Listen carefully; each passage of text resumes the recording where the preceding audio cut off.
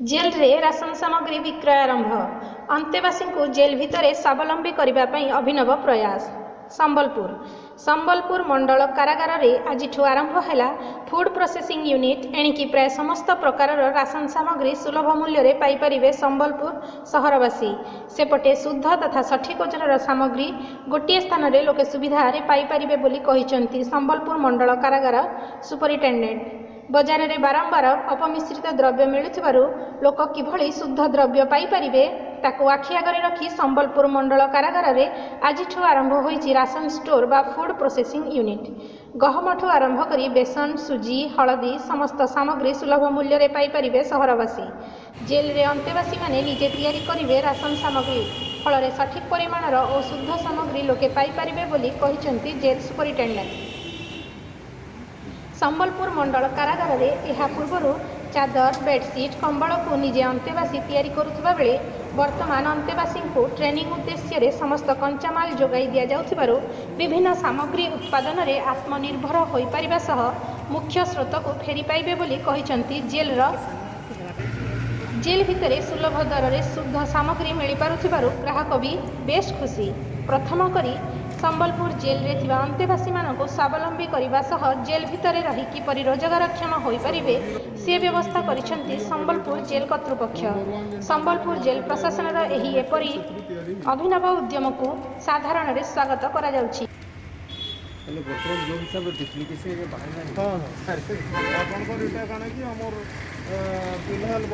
शहे 60 टकर मिनिमम जेनटा देसी हल्दी आसूचे आप मुंबई हल्दी आम कंधमाल हल्दी के 150 अवेलेबल कर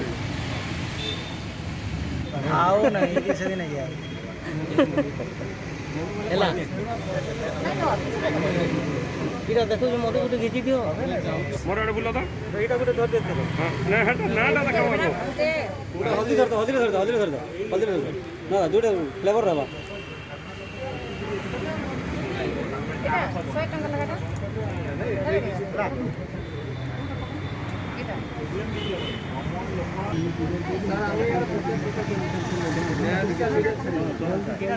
गले आम आहरी ह्यूज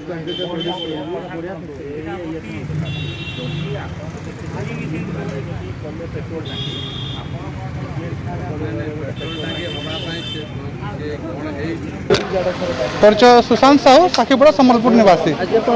जेल भल अच्छे भल माने जेन्युइन प्रोडक्ट अच्छे जेन्युइन प्राइस भी अच्छे समस्ते आसिक घिनु जेनटा कि बाजार जेनटा आपको नहीं मिले से मिल पार्बा आ सुविधा भी अच्छे पाखे भी अच्छे और बेस भीड़ भटका भी ना आराम से आसिक रेट यहाँ आपंकर 250 टଙ୍କା अच्छे 120 टଙ୍କା अच्छे भिन्न भिन्न रेट मान अच्छे